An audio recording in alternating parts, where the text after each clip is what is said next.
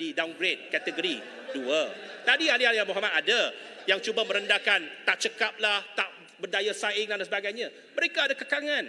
Itu yang dia ada structural problem yang saya nak baiki supaya memperkukuhkan organisasi dan struktur CAM supaya CAM menjadi badan kawal selia yang terurung di rantau ini. Terima kasih Tuan Ketua. Yang Muhammad, kami tak petikai CAM. Tidak. Kami tidak ada masalah. Yang ada masalah yang Muhammad. Yang Muhammad Arau.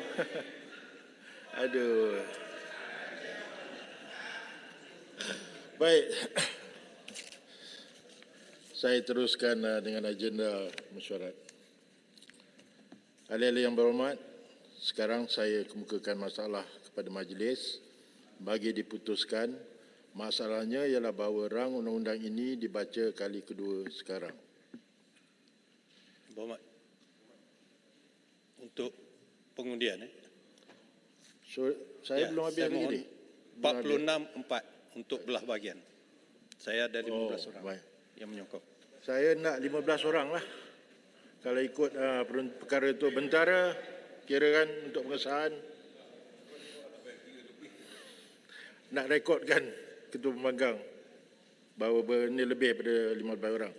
Daripada penglihatan mata kasar, saya melihat terdapat lebih daripada 15 ahli yang berhormat berdiri dengan sedemikian akan berlaku belah bilang. Baik. 15, sorry. Bagi bilang tu samalah kan.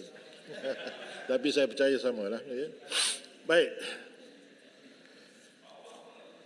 Ahli-ahli yang berhormat majlis, oleh sebab lebih daripada 15 orang bangun meminta diada belah bahagian, maka mengikut peraturan mesyuarat 46 dalam kurungan 4, saya memerintahkan supaya satu belah bahagian diadakan sekarang. Setiausaha sila bunyikan loceng selama 2 minit dari sekarang.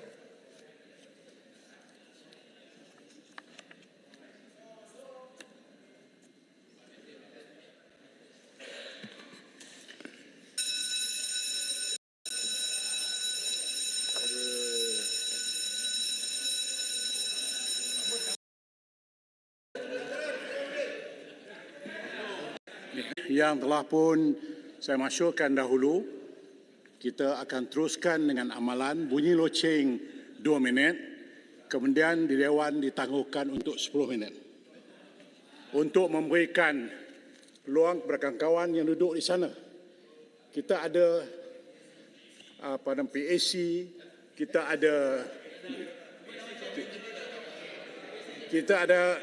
ada pejabat-pejabat kita di sana. Itu ialah keputusan yang telah kita buat. Kita bunyi loceng 2 minit, kemudian kita tangguh 10 minit. Saya tangguhkan sekarang untuk 10 minit.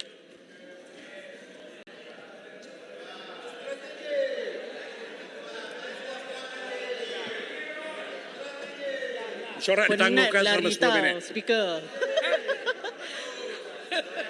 Ni boleh kempen.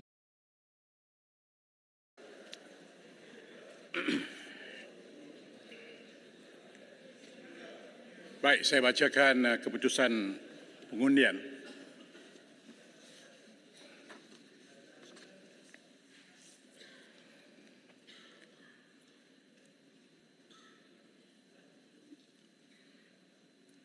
Yang bersetuju 93, yang tidak bersetuju 63, yang tidak hadir 66. Maka lebih undi yang bersetuju, rang undang-undang ini dibacakan kali kedua sekarang. Rang undang